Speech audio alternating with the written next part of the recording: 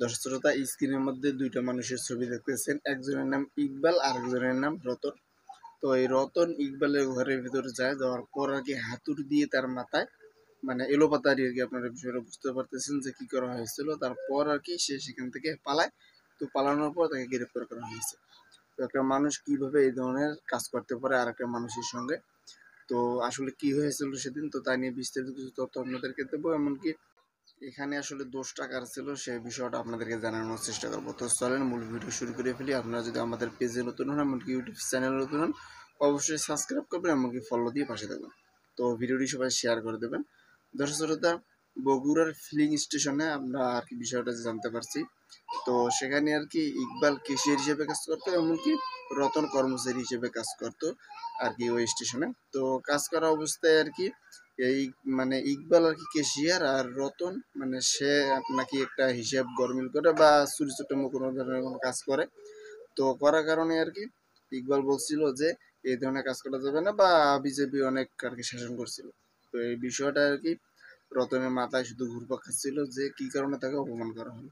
তো পরবর্তীতে ইকবাল যখন রুমের ভিতরে যায় একটু ঘুমানোর জন্য, তো সেখানে সে মনের সুখে ঘুমায়, কিন্তু ইতিমধ্যে আর কি রতন সে রুমের ভেতরে যায়। প্রথমে যাওয়ার পর প্রথমে একটা দরজা খোলার পর সেখান থেকে বাইরে যাওয়ার পর আবারও ভেতরে আসার পর আবারও সেই দরজাটা তালা লাগায়।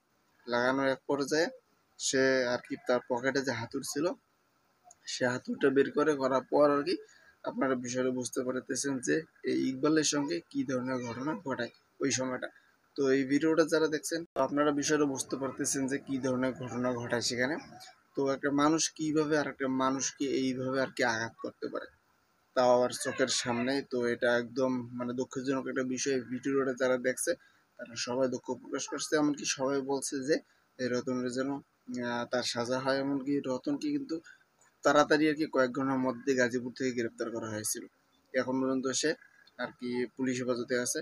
তো দর্শকতা, সে যে দোষটা করছে, তো তার যেটা সাজা সেই সাজাটা যেন তাকে দেওয়া হয়। আর একটা বিষয় হলো যে এই ইকবাল কিন্তু মানে সে যেহেতু ক্যাশিয়ার ছিল তার একটু দায়িত্ব বেশি ছিল, সেজন্য মূলত কেউ যদি কাজ কম বেশি করতো বা চুরি চুট্টামো করতো তাকে আর কি সে বিষয়টা ভুল ধরিয়ে দিতে হতো, এমনকি তাদেরকে আর কি শাসন করতে হতো। শাসনে তার একদম কাল হয়ে দাঁড়িয়ে গেল। দর্শক, ভিডিওটি সবাই শেয়ার করে দেবেন, আর পেজে নতুন অবশ্যই আমাদের বেশি ফলো দিয়ে পাশে থাকবেন। এই ধরনের ভিডিও প্রতিদিন সবার পাবো। দেখা হবে নতুন কোনো ভিডিওতে।